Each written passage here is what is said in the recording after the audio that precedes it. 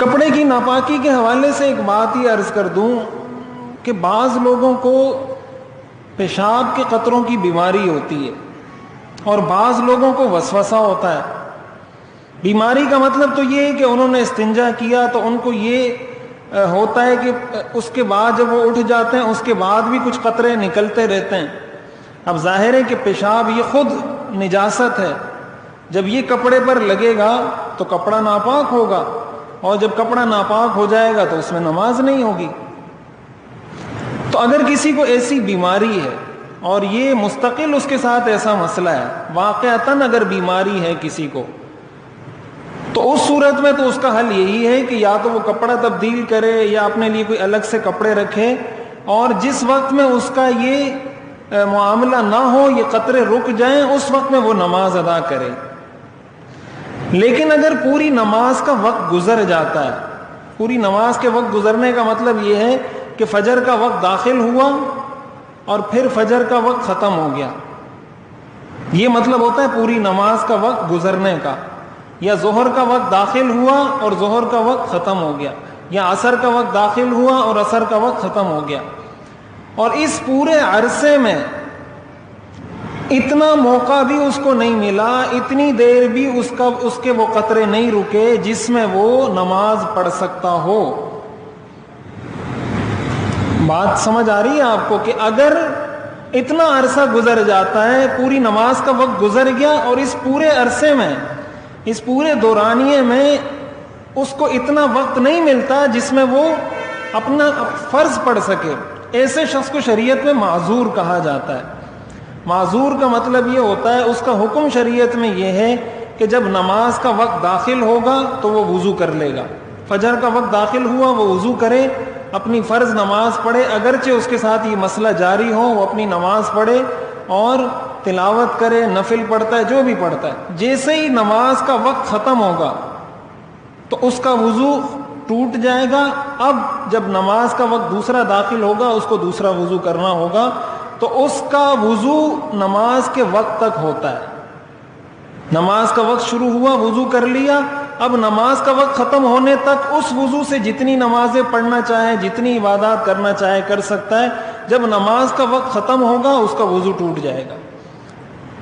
لیکن اگر کسی کو اتنا وقت مل جاتا ہے جس میں وہ نماز پڑھ سکتا ہے، مثلاً اگر 4 5 6 منٹ اس کو مل جاتے ہیں تو 4 5 6 منٹ میں انسان فرض نماز پڑھ سکتا ہے، تو ایسی صورت میں وہ معذور نہیں ہے، اور اس کو اسی صورت میں اس وقت نماز پڑھنی ہوگی جس وقت اس کو یہ کیفیت نہ ہو، اور اس وقت وہ نماز پڑھ لیں. لیکن بہت سارے لوگوں کو یہ بیماری نہیں ہوتی، ان کو وسوسہ ہوتا ہے، اور اس کی بہت ساری علامات ہیں. پہلی علامت اس کی یہ ہے کہ جب اس نے نماز نہیں پڑھنی ہوتی تو اس کو کبھی خیال نہیں آتا کہ میرے پیشاب کے قطرے نکل رہے ہیں. جیسے ہی نماز پڑھنے آئے گا، وضو کرے گا، اس کو یہ وسوسہ پیدا ہو جائے گا.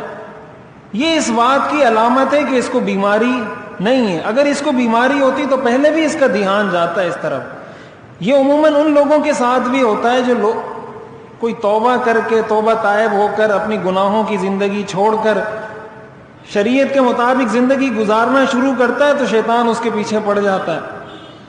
اب اس کو یہ وسوسہ ہو رہا ہے کہ پتہ نہیں میرا وضو ہے یا نہیں، پیشاب کے قطرے تو کہیں نہیں نکل رہے. اس وسوسے میں اس کو مبتلا کر دیتا ہے شیطان. اور ظاہر یہ شیطان کا کام ہے. شیطان کا ایک نام ہے وسواس. ہم پڑھتے ہیں نا من شر الوسواس الخناس، کہ اس شیطان کے شر سے میری حفاظت فرما جو وسوسہ ڈالتا ہے. تو اس وسوسے کی شریعت میں کوئی حیثیت نہیں. بہت پریشان ہوتے ہیں، انسان نفسیاتی بن جاتا ہے، اور اس کا بھی حل حضور علیہ الصلوۃ والسلام نے امت کو بتایا ہے.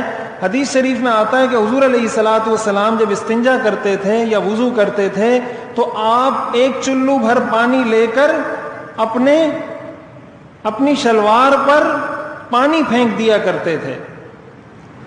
اس کا مقصد کیا ہوتا تھا کہ شیطان اگر دل میں یہ ڈالے کہ تمہارے پیشاب کا قطرہ نکلا ہے تو فوراً ذہن میں یہ آ جائے کہ بھئی یہ پیشاب نہیں ہے تو پانی ہے جو میں نے ڈالا تھا. یہ حضور علیہ الصلوۃ والسلام کا اپنا عمل ہے، صحیح حدیث سے ثابت ہے. چنانچہ آپ کے بارے میں آتا ہے کہ آپ بسا اوقات پانی وضو سے فارغ ہونے کے بعد یا استنجا سے فارغ ہونے کے بعد پانی ڈال دیا کرتے تھے ایک چلو. تو یہ بھی اس کا علاج ہے. اگر کسی کو وسوسہ ہے, پریشانی ہے, جب استنجا کرے, استنجا کرنے کے بعد ایک چلو پانی لے اور پانی ڈال دے. جب دل میں خیال آئے تو کہے بھئی یہ پیشاب تھوڑی ہے, یہ پانی ہے, تو بس یہ وسوسہ خود ختم ہو جائے گا. دیکھیں یہ ختم ہوگا اگر آپ ختم کرنا چاہیں. بعض لوگوں کو بیماری ہوتی ہے, ان کو جب حل بتائیں وہ حل بھی ان کو سمجھ میں نہیں آتا. اب اس کا کیا حل ہے کہ آپ کو یہ حل حدیث میں بتایا گیا ہے.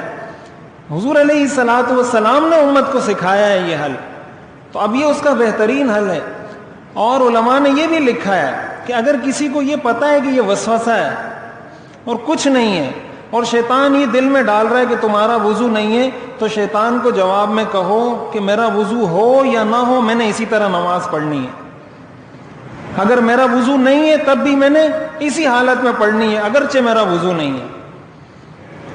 لیکن یہ مقابلہ تو شیطان کے ساتھ جاری ہے نا, یہ تو کرنا ہے. جب انسان ہمت ہار کے بیٹھ جائے گا, اسی کو مایوسی کہتے ہیں. وہ تو یہی چاہتا ہے نا کہ آپ نماز نہیں پڑھیں. اب وہ کسی بھی طریقے سے آپ کو قائل کرے, وسوسے کے ذریعے کرے, یہ کہے کہ کاروبار کا نقصان ہو جائے گا, یہ کہے کہ ملازمت کا نقصان, کچھ بھی کہے, مقصد اس کا یہ کہ آپ کو نماز سے روکے. تو اس لیے اس طرح کے وساوس سے اپنے آپ کو بچانا چاہیے, اور ان وساوس کے چکر میں پڑھ کر نماز کو متاثر نہیں کرنا چاہیے.